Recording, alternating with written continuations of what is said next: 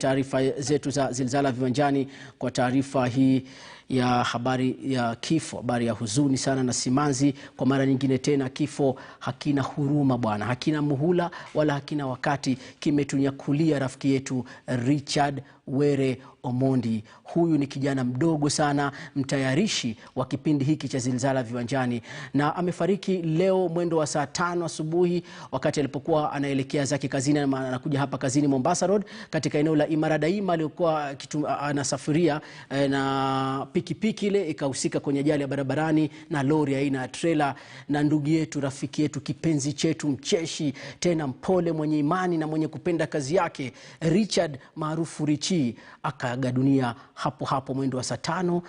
Kufika saa 6 taarifa tumezipata hapa tukiwa na huzuni sana. Sasa kwa ufupi nataka tutazame picha yake huyu rafiki yangu Richard hapo katika kioo hiki. Ni kuelezee kama utakuwa hufahamu labda tunamzungumzia nani Richard huyu ama Were tunavyomtambua.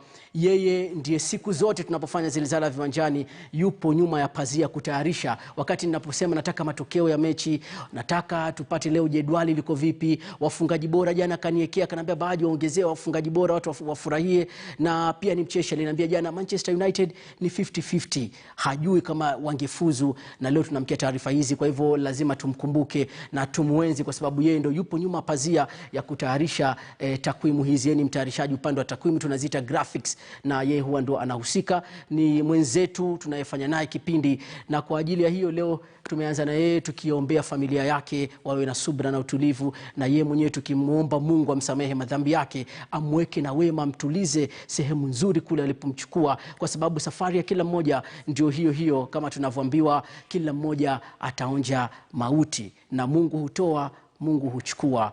Buriani Richard Were Omondi, tutakukumbuka daima katika zilizala viwanjani kwa kazi yako nyuma pazia. Pia tungependa kuwapatia pole wale ambao wanafanya naye hapa ofisini, katika ofisi moja. Leo wamekuwa na huzuni kweli kweli, kama kiongozi wa kitengo kile Cedric Musumba, Jacqueline Ringera, Christopher Wanga. Hawa ni watu ambao kila leo wanafanya kazi na Richard Were mwenzetu kutoka hapa kampuni ya Standard, na kwa niaba ya kampuni yote ya Standard Group tunamuombea Mungu ampumzishe miongoni mwa wema.